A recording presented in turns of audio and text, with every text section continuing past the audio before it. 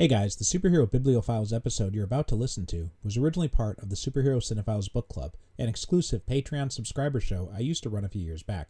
So if you're confused by out-of-date references or comments about the Patreon show, that's why. Now, enjoy the episode.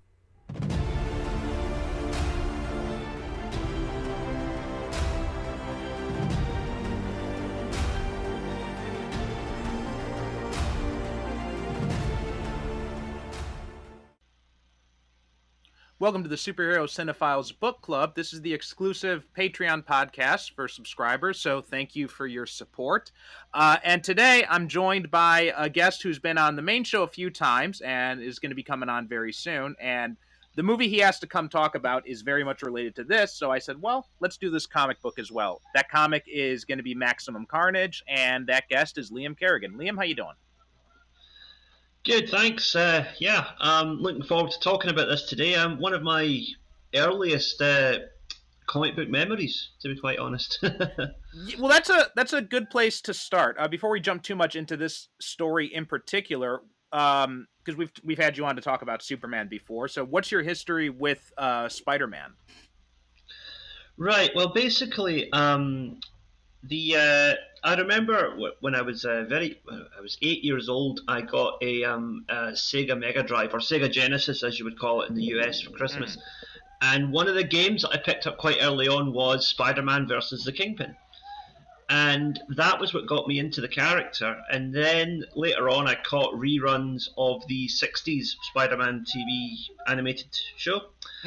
And then, of course, that led into the mid-90s Spider-Man cartoon, which I believe in America it was called Spider-Man the Animated Series, but in the UK it was called Spectacular Spider-Man. Which is really? A little bit of foreshadowing there for you. Yeah. It was actually just called Spider-Man in the US, and then same thing with X-Men. It was just called X-Men, but I think a lot of fans just added the animated series because of the influence of Batman and Superman at the time. Ah, right, that makes sense. Yeah. So basically from there, I actually picked up the Maximum Carnage video game. And I could be wrong, but I think this might be one of the earliest examples of a specific comic book story arc being adapted into a video game. I think so, yeah. Yeah.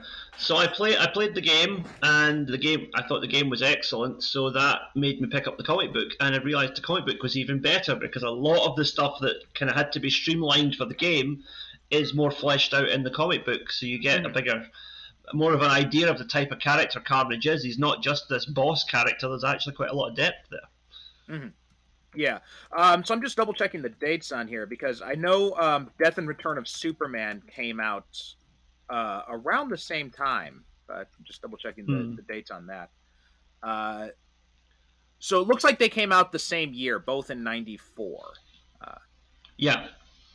So I'm not sure which one exactly came first, but or at least which one was in development first. But yeah, this one was like the Death and Return of Superman. That obviously came out after the comic book. This was timed to coincide with the release of the comic, I believe. So this is probably the first example of that kind of synergy happening. Yeah, and unlike the Superman game, which I also played, the Maximum Carnage game actually had panels ripped straight from the comic, like as sort of intro screens between levels. Right. So there was that level of integration as well. Yeah, I remember both those games. That Spider-Man, the Spider-Man versus the Kingpin, that was actually a pretty good game because I remember one of the cool things about it at the time is that they tried to, I think it was the game that came the closest at the time to trying to replicate the different things Spider-Man could do. So especially like you even taking photos as Peter Parker to get money for your web fluid was one of the mechanics in that game. Oh yeah, I had many a nightmare trying to take a picture of Venom. He was such an aggressive boss that's like, just stop for a minute to take a picture. Yeah, and I do remember playing the Maximum Carnage game too. I've got them all because I've got a retro game system, and I've been meaning to go back and replay those at some point. It is tough though because now we've got the PS4 Spider-Man game, which is just amazing. So going back to some of those older games, it can be a little bit frustrating in some ways. Yeah, I actually just this week actually during my holidays I actually platinumed the Miles Morales Spider-Man on the Oh, PS5, nice. and that is, I mean, it's a slightly smaller scope than the original Spider-Man game on PS4, but Mm, it's very much a continuation and development of that, and I yeah. am really excited to see how they're going to bring Venom into that universe in the next game, and ultimately probably Carnage as well in some form, I would think. Yeah, yeah. Um, so yeah, let's talk about this story then. So you read the Hmm. story and you said that you'd liked it and found it was better than the game. I remember I came to the game first actually as well, I think, and this was a huge storyline back in the day. It was one of those big '90s crossovers, and I didn't pick it up in real time. I ended up picking up all the issues after the fact. I think my brother actually gave me like the collection of all 14 issues, and I loved them at the time when I read them. But going back and rereading it, I had some other thoughts on it. But what was your big takeaway going back and rereading this book?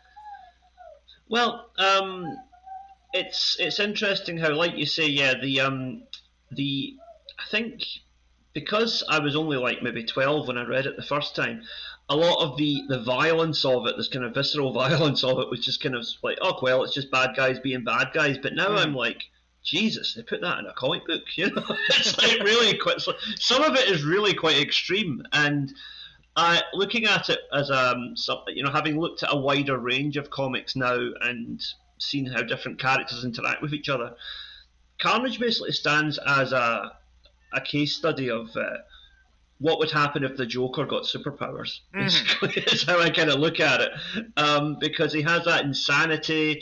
The relationship between him and Shriek is, I think, in quite a lot of ways similar to the relationship between Joker and Harley Quinn, hmm which again, Batman the Animated Series started in '92, so that character was probably developed about the same time. And it's amazing to think that, as obviously working independently, these comic book companies were able to come up with such similar hmm dynamics between their characters, because I think it just shows you what works.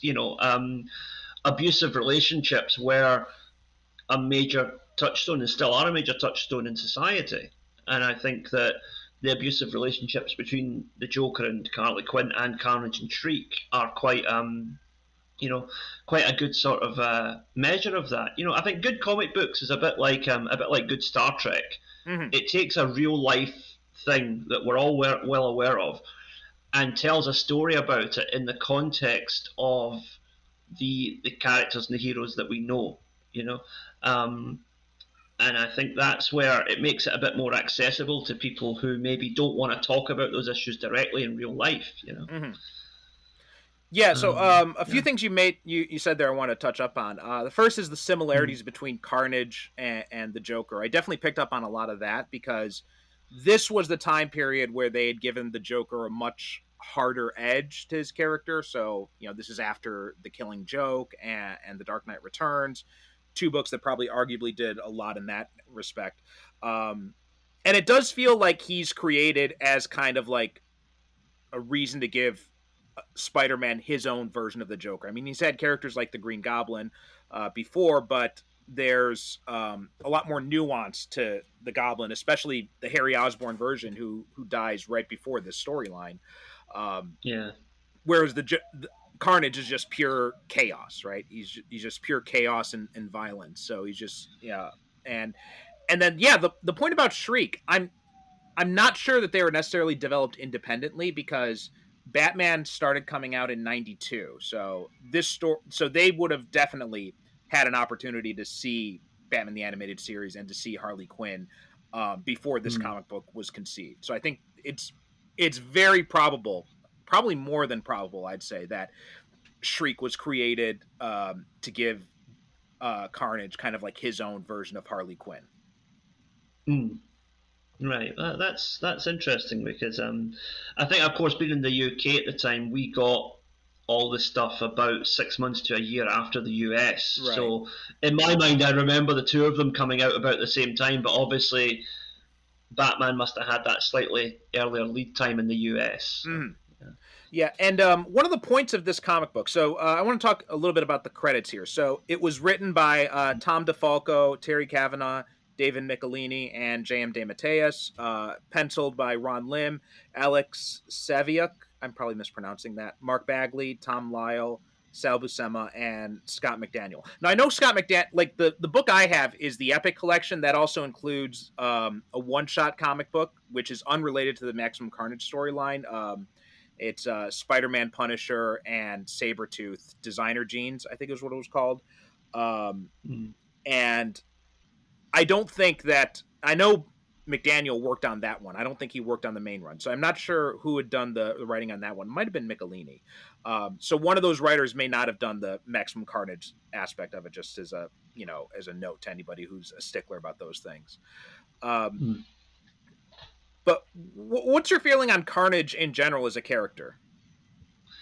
Yeah, I mean, it's interesting because I always think that the best, kind of the most interesting villains are the ones that are direct mirrors of their heroic counterparts. Like my favorite Superman villain is General Zod, right? Because he is basically, what if Superman was an egomaniacal, militaristic nutcase? Right. And it's basically Carnage is like almost a kind of an amalgam of what if Spider-Man and Venom both turned evil and insane. And particularly with Venom, it's interesting because Venom had kind of gone back and forth between being a hero and being a villain at that time. And I think he had finally settled on being heroic, but with the caveat that he would still kill people if he thought they deserved it. Right. So there was that kind of dynamic, whereas Carnage was like, yeah, I'll just kill people just because I enjoy it. Yeah. It was like that dynamic. I think is very interesting in comic books to look at what happens when our heroes, or there's a dark version of our heroes, and how do the heroes basically defeat themselves. That is an interesting study. Yeah, so you mentioned the Lethal Protector stuff with Venom, like, because this was an era when they were trying to turn, it was the early 90s, so it was that the grim and gritty stuff and like all the extreme heroes and the more violent anti-heroes type were becoming popular. And Venom proved to be such a popular character when he was introduced in the Spider-Man books that they decided to kind of redeem him a little bit and make him, and so that started this whole Venom Lethal Protector thing, where there were a slew of limited series focused on Venom, and then he had him and Spider-Man had kind of come to this, agreement where he wouldn't try to kill Spider-Man, Spider-Man wouldn't try to bring him in, and that was kind of like the way they had ended things. And then I think they kind of realized, like, oh shit, we just took away one of the most significant new additions to Spider-Man's Rogues Gallery, so we got to find some way to undo that in a way. But still, so Carnage kind of seemed like a way to have their cake and eat it too, where they could still keep Venom as a hero, but then also have a symbiote villain too at the same time. Yeah, I think that's definitely a very salient point there.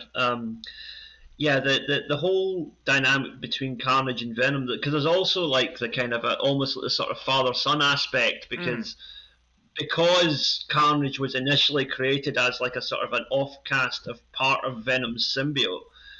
Venom does feel responsible to some extent for what Carnage is doing, even if he doesn't say it directly. You can tell there's like a kind of a, oh God, what have I created kind of feeling there to some of Venom's actions. Right. Which again feeds into him being desperate to stop Carnage at all costs, whereas Spider-Man is like, no, I'm not going to kill anybody. And Venom's like, well, you might have to in this case, Yeah, and that's kind of like the theme that's running throughout this entire series, is that theme about, how far should the heroes go, how much of their morality should they sacrifice in order to stop someone who's this dangerous, right? That whole idea of like ends justifying the means and all that kind of stuff. And there's some moments when that really works. I mean, I really like those kinds of stories.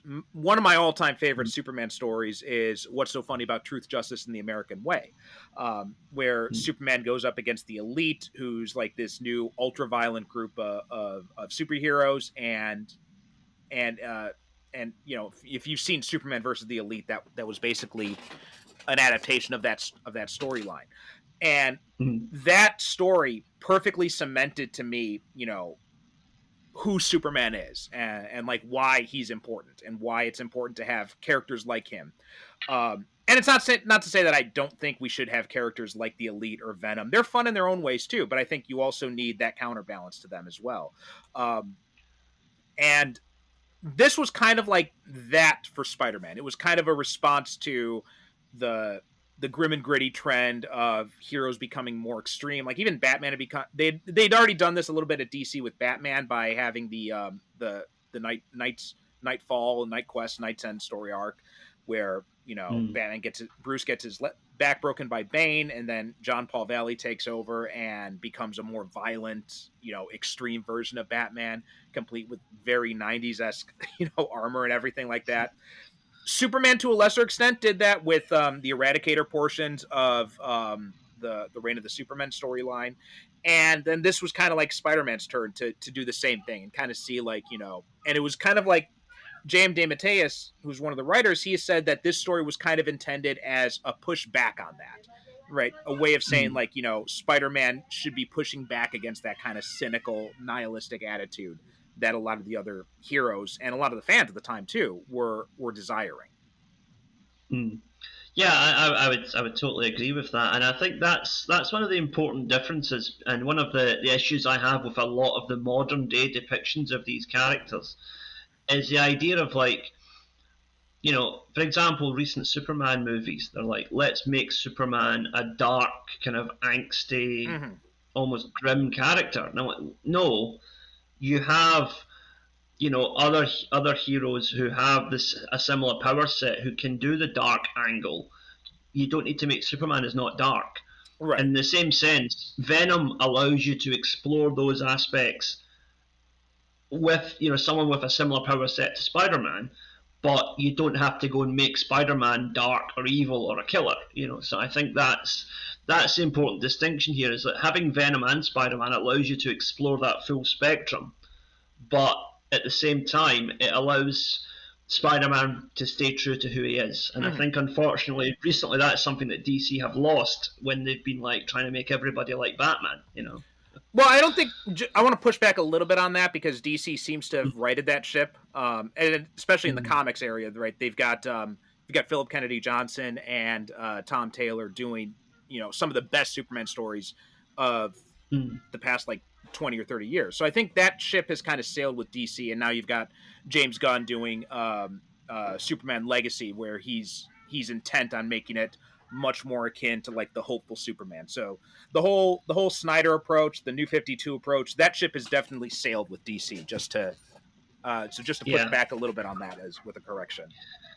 Yeah, no, as I say, I was speaking in that sense. I was speaking purely about the movies. Okay. And what has come out to date. So, like you, I am hopeful that James Gunn's going to take things in a much more sort of a Christopher Reeve-esque direction with the next Superman movie. Yeah, I think so. And plus, we've also got Superman and Lois, which very much focuses on that version of Superman, the much more hopeful one.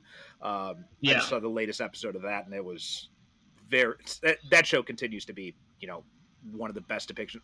Probably my favorite depiction of Superman is quickly becoming. But looking at this comic, and again, comparing it to something like What's So Funny About Truth, Justice, and the American Way, I think this is a good way to look at this, right? What's So Funny About Truth, Justice, the American Way was one single issue, 22 pages in and out, and it managed to perfectly encapsulate that debate and that character trait of Superman. This is 14 issues long. This is way too long. I think is the biggest takeaway I think from this story. It's just, this was very much a victim of that 90s excess, where it's like, let's drag out the story, let's make it as long as possible so that we can get, so we can boost the sales numbers on these books. Well, again, that's a thing which started in comics, and then late 90s, 2000s became a trope on TV as well. Again, to use a Superman example, if you think of Smallville, most of the seasons of Smallville, the main villain could be defeated in a 2 or 3 episode arc, but they stretched it out over 22 episodes. Yeah. So Yeah, definitely that maybe Maximum Carnage, looking back on it, was the beginning of that trope of taking a story that could be tightly told in 5 or 6 issues and stretching it out maybe just a little bit too far. Yeah, I mean, I think Nightfall and Death and Return of Superman, to a lesser extent, they stretched it a little bit thin, but I think Maximum Carnage really pushed the boundaries. And then when you get to the Clone Saga, that just exploded it, because that was a story that was supposed to be like 6 months to a year and ended up being like what, like 3 or 4 years long. So Yeah. it was definite a case of, and that almost broke the character as a result because of that. Um, because I'm reading Well, this, again, it was.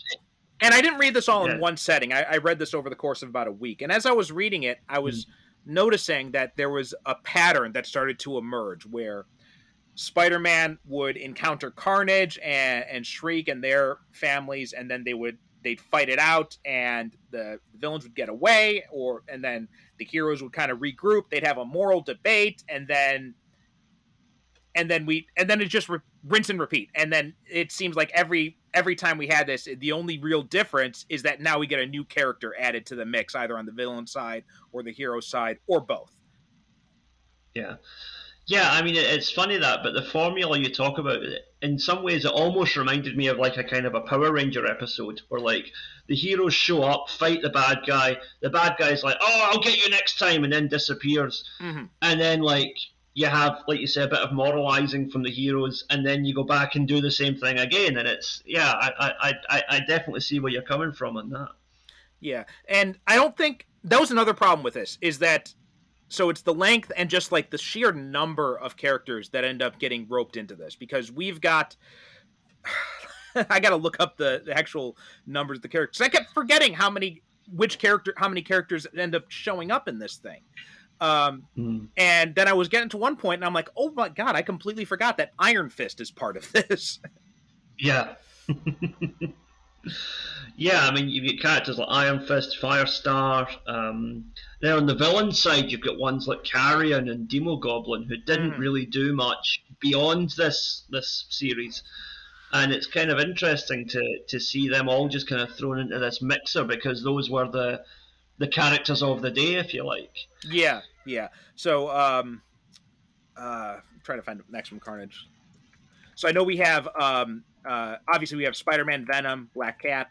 And honestly, if it just focused on those, I think would have been fine for most of the series and cut this down a lot. But we also then we get Morbius in there. We get Nightwatch for some bizarre reason. Deathlock gets roped into it. Firestar makes sense too. I thought she was a good addition, because she kind of had that. Also, that came from that more moralistic point of view. Cloak and Dagger, again, Cloak and Dagger made sense too, especially because of Dagger's part in the whole thing, and then we end up getting Captain America in there, and then on the villain side, you mentioned, we get Shriek, Demogoblin, Carrion. The Spider-Man doppelganger from the Infinity Crusade. Obviously, we get Venom in there. I mean, Carnage in there too. And I feel like I'm forgetting some too, but it's just like there's just way too many characters in this thing. It's just overstuffed with characters.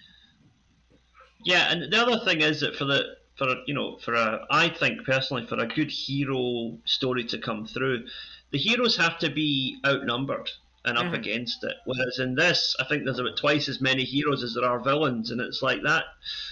I mean, in terms of building dramatic tension, that's going to run into a bit of a brick wall, Right. Well, especially because you get to that point where eventually a lot of these characters just end up doing nothing. I mean, Nightwatch and Morbius completely disappear in the middle of the storyline, and then then they pop up again in the last issue of the story. It's just like, oh, I guess we missed the battle. Okay, let's see if maybe we'll be friends or foes next time we meet, and then that's it. That's their part of the story's done.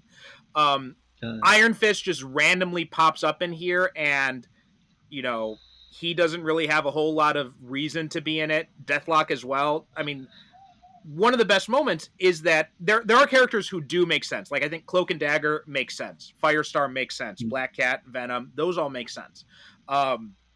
I'd probably work them in at different times in the story and not have them all at the same time.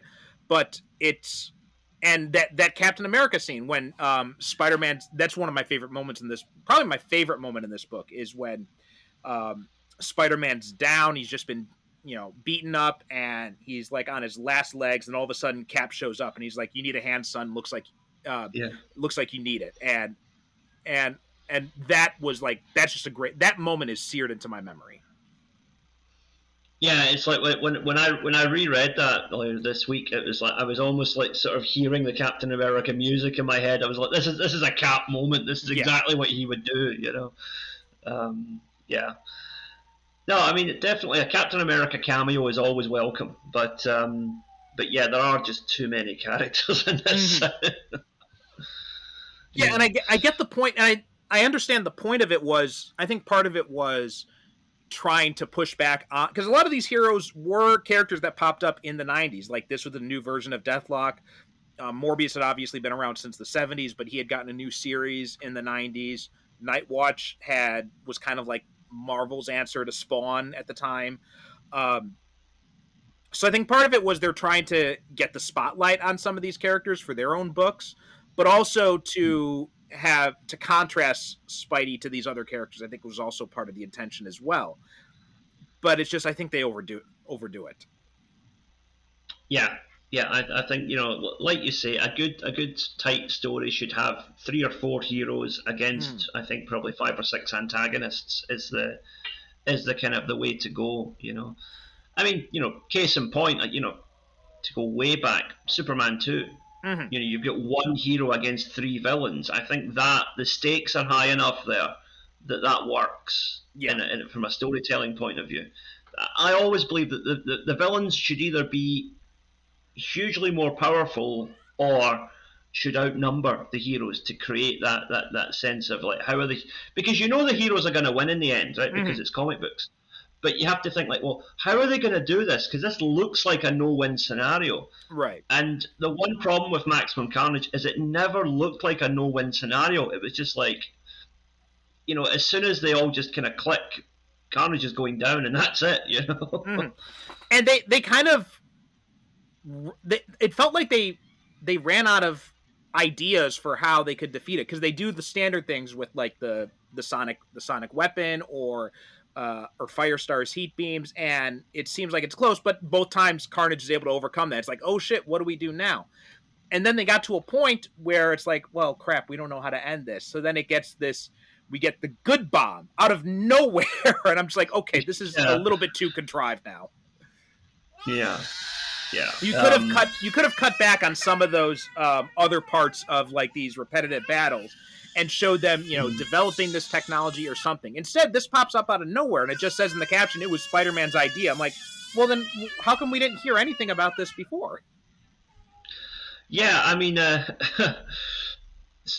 slight spoiler here if you haven't seen it, but I had the same thought watching Star Trek Picard recently, where, without spoiling the specific story, there was a group of heroes were up against an enemy, and just out of nowhere, there's this weapon they've magically created off screen that manages to take out these enemies. So definitely, yeah, that trope is. I don't know if Maximum Carnage started it, but in the present day, Picard definitely perpetuated it. No, it definitely didn't start. I mean, it's the classic Deus Ex Machina, but yeah, it's just. Yeah. It does seem like it just comes out of nowhere, and especially because we get this great moment before that when Dagger shows up, and like this is the problem, right? They want to show this idea of hope overcoming, and Dagger does that, but then they realize, well, we got to squeeze an extra issue out of this, so let's have Dagger's thing not work, and then let's come up with this good bomb out of nowhere.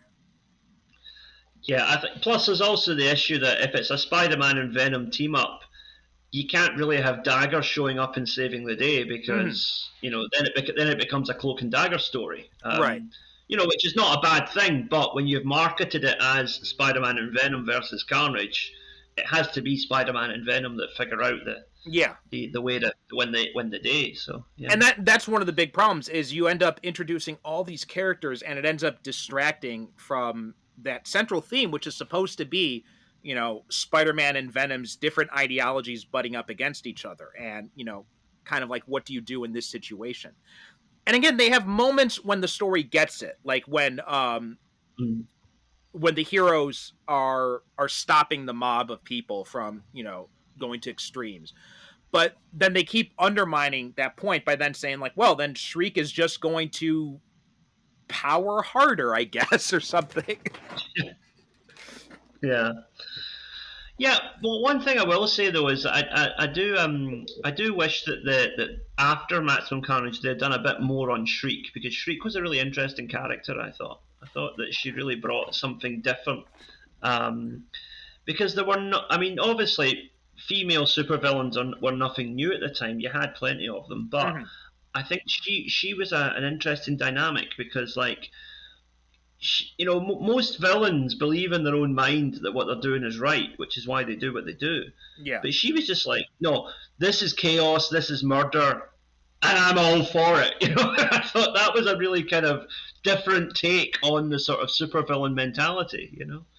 Yeah, I mean, that's one of the things too, is like, I think they kind of distracted a little bit too much from that idea of, because that all that stuff about Shriek and like her background and like her, how Cloak's dark dimension kind of drove her insane.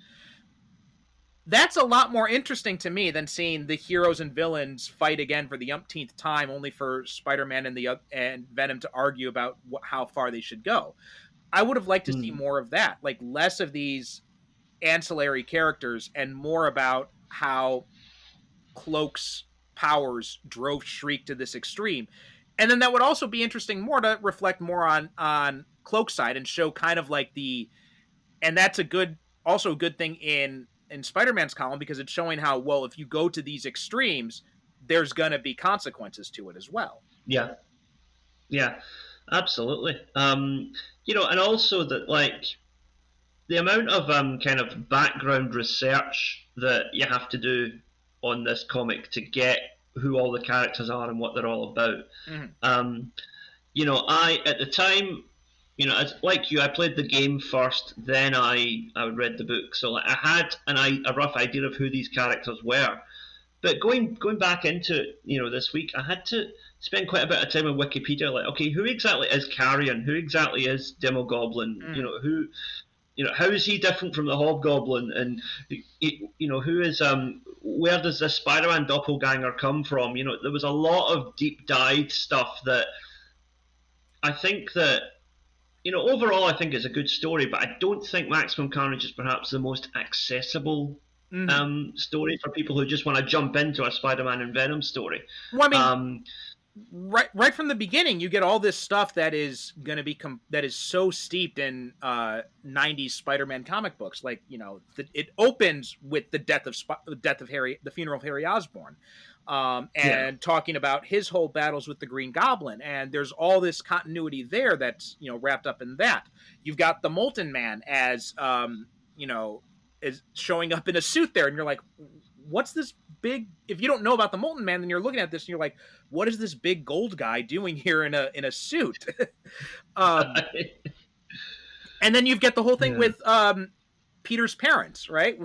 And like, I remember the first time reading this when MJ says to Peter, and she's like, your parents and Aunt May are leaving. I'm like, wait, his parents? What? I thought he was raised by Aunt May and Uncle Ben. What happened here? yeah, yeah. That kind of threw me as well. That first panel in the that panel in the first issue, rather, where Peter's dad says something. I'm like, Peter's dad? Oh, Mm-hmm. okay. Yeah, I've missed something in the continuity here. Yeah. Now I think also I liked the point they're trying to make by drawing that distinction between Peter and his dad, and I think that was again something that's interesting, and it's an interesting point in this, but it feels like it's just very surface level stuff, right? This whole idea of like his dad has seen all these horrors and it's made him cynical as a result. I like that. I like that butting up against Peter's optimism, especially when the point he makes, which is not wrong, that, May has the luxury of being able to have this optimistic view because she's never seen how bad it can get. Yeah, that's a very good Yeah. point. I think that's a great point, but that is just kind of like glossed over. And there is that scene when they're attacked and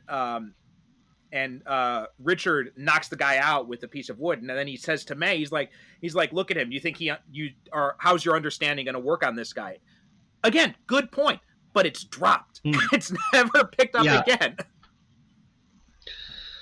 Yeah, it's funny that because on one hand this run was too long, but on the other hand it's like if they'd have made like side issues out of these points, you know, I mean, you could have done an entire issue on Shriek's backstory, for example. Yeah. Right. You Well, I could think have done that's. an Sorry, go ahead.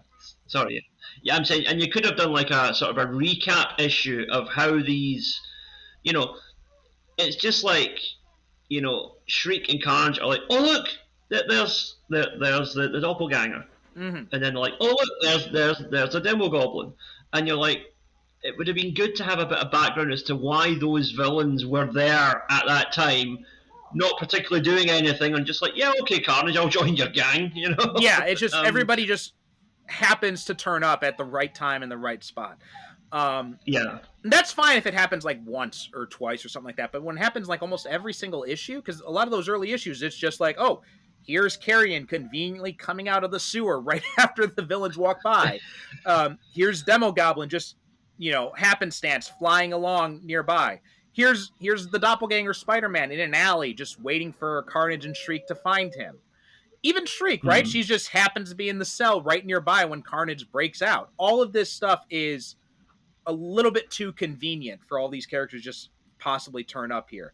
But also to your point, I think the length is a problem because it focuses on the wrong things. There is enough story here maybe to fill out 14 issues if you cut down on all these ancillary characters and all these repetitive battles and repetitive arguments between the same characters. And you'd be able to explore these themes in a little bit more depth if you focus on some of these different aspects of it. Like I thought the scene when MJ reads Richard the Riot Act was great because here we're getting those themes of the story played out and interacted in a way that's different from just Spider-Man and Venom arguing about it for the 500th time. Yeah. Yeah, I mean that's another way that you can take it is to have how do these like side characters react to what the heroes and villains are doing? That's that's an interesting case study in itself. And like you say, we get hints at it, but then it's almost as if like it's like a kind of a I don't know if many of our listeners watch anime, but it's almost like a Dragon Ball thing where it's like we need to have a battle now, and it's like, well, actually narratively you don't really. You could spend a bit more time on characters here, you know? Right. I mean, I think I wonder how much of this was them dealing with just the realities of the industry at the time. It's like, okay, well, we've got this issue. Every issue has to have a fight scene. If it doesn't have a fight scene, it's not gonna work. Or may have just been these individual characters being like, well, I want to write this dialogue between Spider-Man and Venom, so I'm going to do it in my part of the story too. And how much of that is maybe a factor as well. I mean, I'm not sure how much cooperation there was between the different creative teams that were working on this, but also, what did you think of the whole Mary Jane side of this thing and her constant conflicts with Peter? I mean, it's, you can see her point, but at the same time, you say you sometimes you want to say, well, you enter into a relationship with Spider-Man. You need to understand that he is Spider-Man, and you're not just getting Peter Parker. You're getting everything that comes with him, all his baggage, and that includes Spider-Man. And of course, that's going to involve possibly Venom turning up on your doorstep one night. So I think that. Again, I can understand her feelings and the way she is, and I think it's an interesting topic to explore. Like, how do the sort of the non-powered allies or partners of superheroes cope with being in a relationship with a superhero? And yeah, I think that was an interesting dynamic. And again, it's something that I think was slightly called back to in the recent Spider-Man game, because at the start of the game, Mary Jane and Peter aren't together anymore because she's decided that she can't be with Spider-Man because it's just too much pressure. Yeah. But then, of course, through events, they end up back together. I think everybody knows that. That's not a spoiler. That's what happens in these stories. Right. But yeah, I do think it's something that could have probed a bit deeper as to like how do these partners cope with what they're, and you could have mirrored it with how do the partners of some of the other characters feel about what's going on as well. Well, yeah, I mean, I think that's one of the issues too. Is it's just this surface level thing, and it ends up kind of painting MJ in a bad light. I felt because she's, you know, she's got an interesting point of view, but the way it's presented is almost irrational, right? I mean, Carnage is going out slaughtering people. Peter has a responsibility to try and stop it. That makes sense. I mean, what does she expect him to do? Like, just sit back and let people die? So it does. I mean, this is why I like that. Again, I've talked about this scene in Superman and Lois so many times, but I'm going to keep citing it because it is such a great example of how you can handle a relationship like this and deal with these issues, but still do it in a way that, respects each character and also understands the reality of the situation and how emotions aren't. But there's that scene in the first season when Lois needs Clark to do something and to go to cover a town hall for her, and he's planning on doing it, but then something happens. He's got to go be Superman. He misses the town hall, and when he tells her about it, he's like, "I'm so sorry. I wanted to go there. I was going to go there, but then this thing happened." And she says, "Look, I know you're Superman. I know that you were saving lives, and logically, I can't be mad about this, but I am mad about it, so I just need to deal with it." Yeah, perfect way of doing it. That made so much sense. Instead, it's not then, because if you had it written in the way it's written here, where she'd be like, "Well, you promised, you should have been there. It doesn't matter," and it's like, well, he was saving people's lives. What do you expect? And so I think if it had handled it that way, it would have made Lois look bad. It would have made no logical sense for her character. But the way they handled it made you understand her point of view, and also, didn't diminish her as a character. The way MJ acts in a lot of this, she gets, I mean, I hate to use the word, but almost shrill in some of these scenes when she's talking to Peter. Yeah. It does kind of sound a bit like the sort of they were almost sort of playing the stereotypical sort of like nagging wife trope, and it was like, yeah. No, Mary Jane deserves much better than that. She's a much better character than that. Right. Yeah, I got flashbacks to Spider-Man 3 and, how ridiculous MJ was in that movie. Yeah. I mean, that meme that does the rounds is, Peter was like putting up with all MJ's crap all this time when there was that lovely girl just across the hall who was obviously infatuated. I know, right?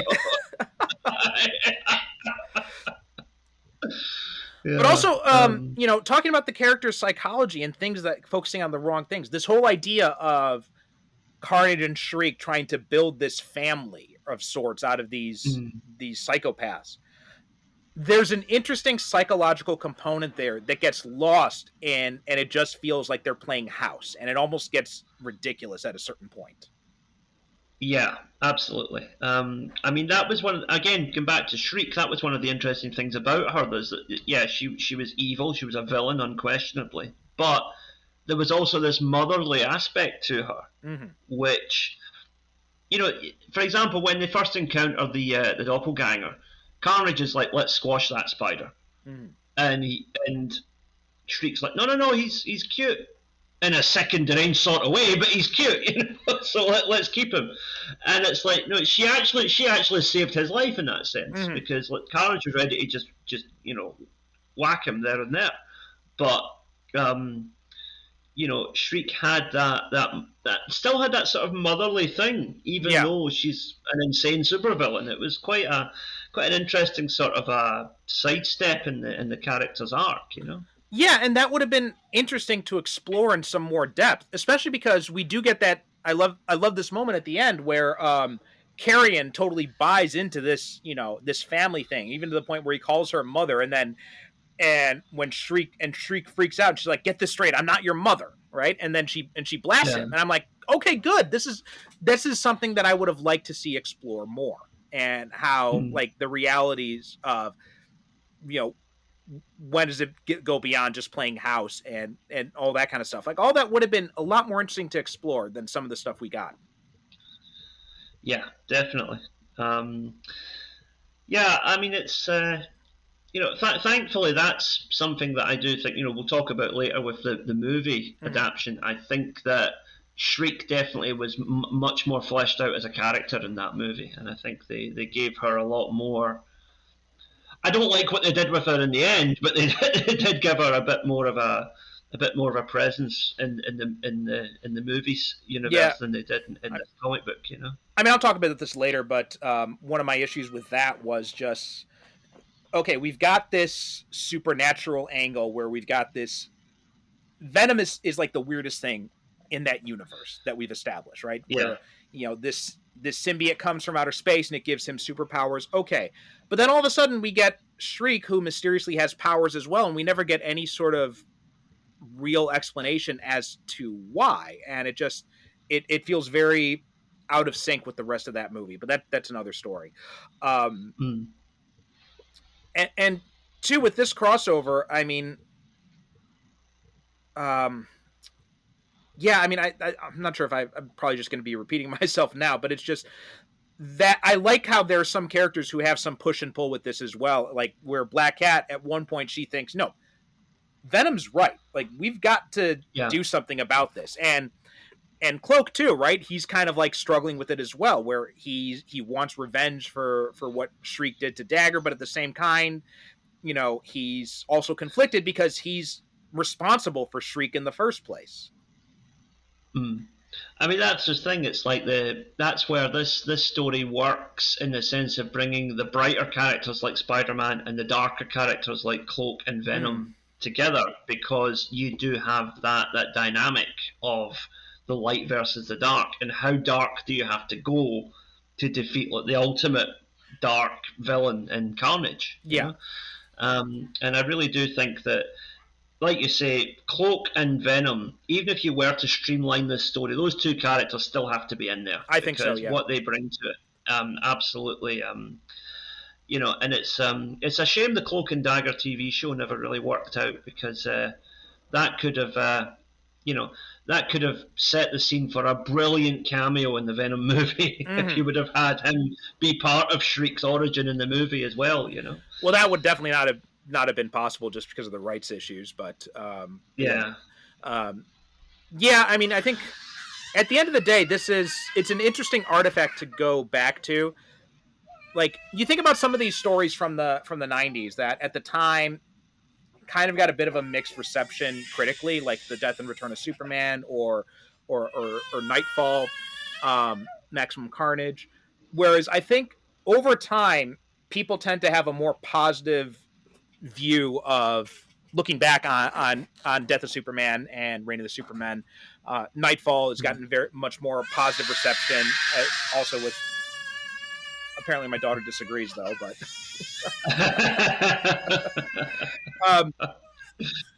Maximum Carnage, I think, like, a lot of people's, like, I hear people talk about it online and stuff, and they're like, oh yeah, Maximum Carnage, that was great. And I wonder how many of those people have actually gone back and read it, because it doesn't hold up as well as like Nightfall or Death of Superman does.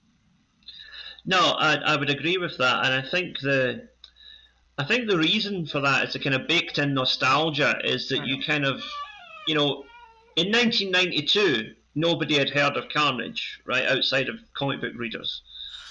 By 1994 you had the game, you had the comics, and you had the Spider-Man cartoon with a very loose adaptation of the Maximum Carnage story by bringing Carnage into the into season 2 of the show as well. Was it season 2? Carnage was early? everywhere.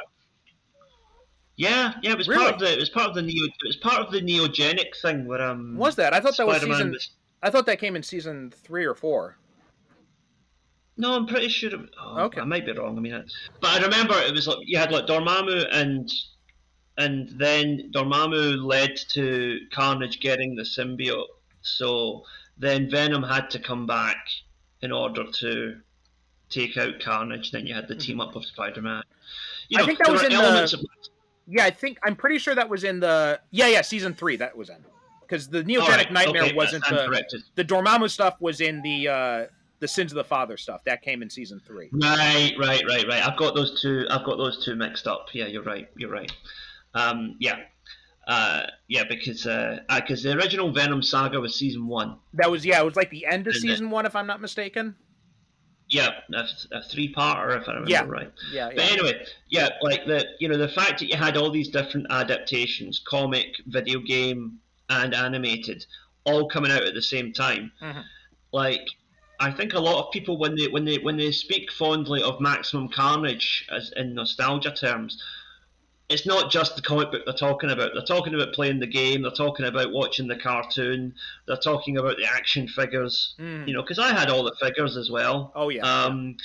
And there was that pretty good heavy metal track they used for the game. I think it was Green Jelly was the band that did it. A song called Carnage Rules. Oh, okay. Which became the main theme to the game as well, and it was quite a good tune for its day. And I think that all kind of ties together as this big nostalgic package, which is why, the comic book definitely has issues and definitely is not as timeless as some of the other stories of that era. But I think that. Like you say, it's because it was one of the earlier examples of cross-platform marketing and cross-platform media. So I think that people are remembering the whole package and thinking that was great. Yeah. Even if the comic book itself was not the strongest part of it, I think so. I think the game's reception is a big part of the nostalgia driven, because most of the people who talk about Maximum Carnage now are probably about in the same age as us. So they were kids when that game came out. They remember playing it on the Genesis or the Super Nintendo at the time. And I think that nostalgia for the game is a big part of it. And you were right that the soundtrack was by Green Jelly. Yeah. And I think, like you say, that's what people are buying into is, and also, not just Carnage, but in a wider sense, a lot of the image we have of Venom and these other accompanying characters, so much of it is tied to that Spider-Man cartoon. Yeah. Because that was the introduction a lot of people had to Spider-Man. Right. So, people, myself of a slightly older generation, remember seeing reruns of the 60s Spider-Man cartoon, but if you were a kid born in like the late 80s, then that 1994 is your Spider-Man. That's the one you're going to watch. And even to this day, the reason that we now have a kind of a heroic Venom in the movies is probably down to the fact that a combination of the cartoon and the changing tone of the comics and Maximum Carnage as a franchise kind of just made people think, you know what, Venom works better as a good guy, even if he is an angry good guy. No, I think you're spot on there. I mean, I think that a lot of the nostalgia for Venom and Carnage from that game has driven a lot of their continued popularity, because when the first Venom movie came out, everybody was wondering, like, oh, when are they going to do Carnage? When are they going to do Carnage? And so when Woody Harrelson appeared at the end of that movie, everybody's like, oh, they're doing Carnage next. We'll get to that in the main yeah. But it's and it's kind of like that was.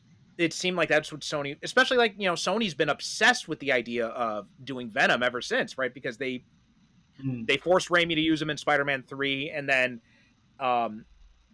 even after the Marvel deal was done, they were just right away, let's see, like, how soon can we do a Venom movie? And they worked it to such an extent where it's like, okay, we're gonna do a Venom movie without Spider-Man. Okay, you kind of made it work, but it's still a little bit odd that you wanted to go down that route, but okay. And then right away you're like, well, let's do Carnage next. And then after that, it's just kind of like, okay, where are you going to go from here now? See, that's the thing. I might, just to pick up on a point you said there, right? I might be wrong here, but one of my opinions is that one of the reasons why Spider-Man 3 was...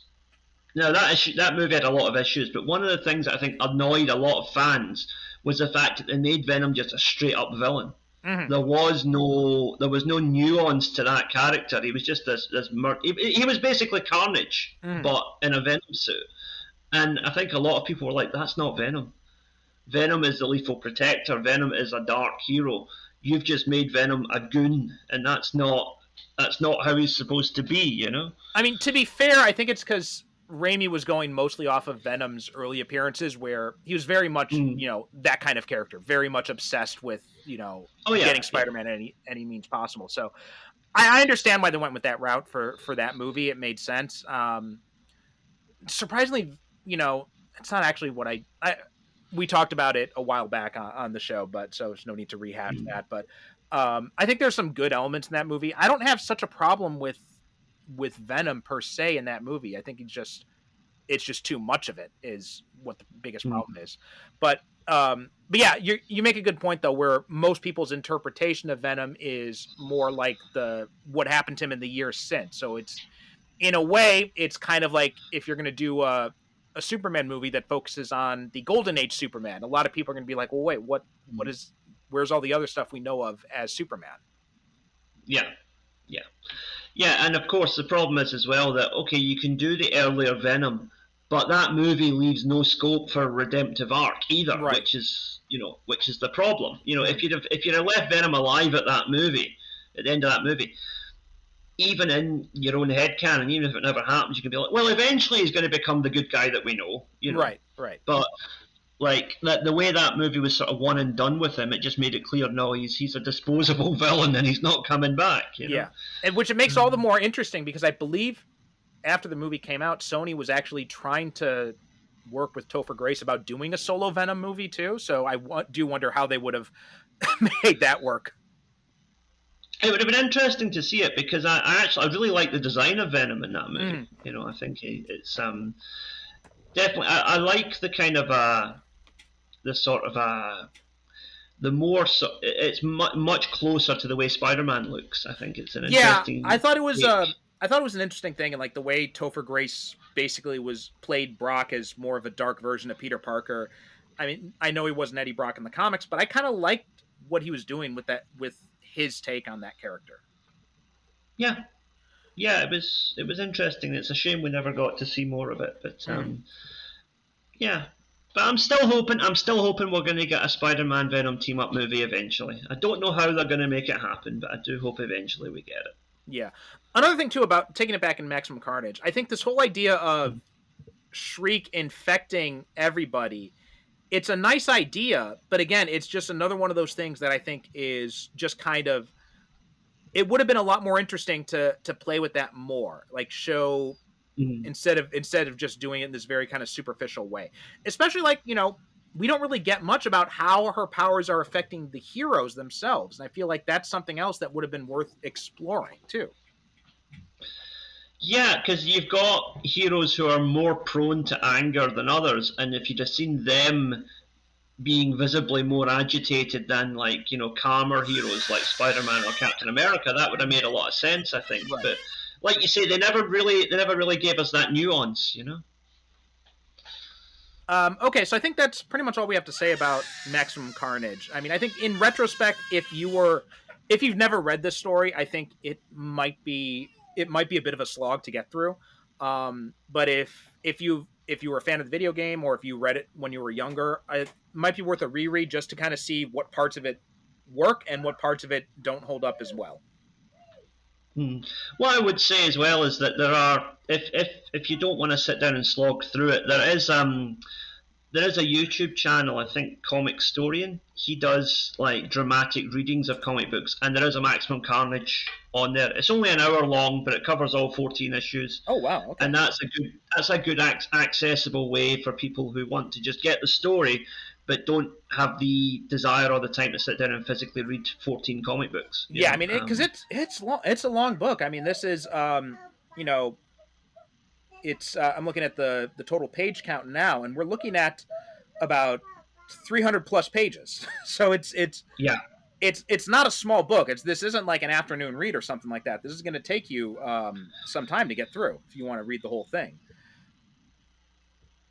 Yeah, absolutely. I think it's worthwhile though. I think it's an interesting just to close out, I think it's an interesting example of its day. I think it's a great early example of cross-platform media, Mm-hmm. and I think it's a the idea of if you have good characters, a good platform, and excellent promotional materials. I mean, that poster of the sort of kaiju sized Mm-hmm. Carnage looking over the city, I used to have that up in my bedroom. That was awesome.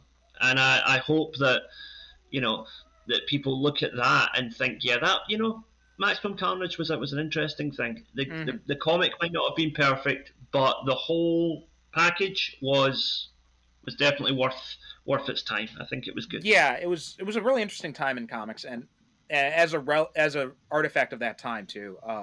It does make me Mm. wonder. I wonder how successful all of that ended up being, because we haven't seen a whole lot of cross-platform marketing in the same way as that. And it would be interesting to see some more of that stuff. I mean, especially with Marvel. Marvel is woefully behind on the video game front, and DC to a lesser extent, but still, like, DC's games are very Batman focused, and I'm still waiting for a good Superman game. Yeah, I mean, Star Wars is kind of doing that now with these Jedi Survivor and whatever, because they're saying that is canon to the movies, Hmm. and there are rumors that some of these characters might show up in future series of The Mandalorian and whatever. Right. So Yeah. that's going to be interesting to see where that goes. But yeah, I would like to see a return to this style of a comic book, a game, and some sort of movie or animation coming out at the same time Mm, would be a very good approach. absolutely. Yeah. Interestingly enough, I just saw the other day that for Free Comic Book Day, Spider-Man 2, the game, is getting a preview comic. Oh, yeah, yeah, So yeah. I heard about that. I saw that. I think I saw something about that that will on be Reddit. interesting. Yeah. Yeah, that'll be Well, Liam, interesting to see. thank you for coming by to talk about Maximum Carnage. Is there anything you want to Yeah, promote? my pleasure. Anything you want to tell people where they can find you online?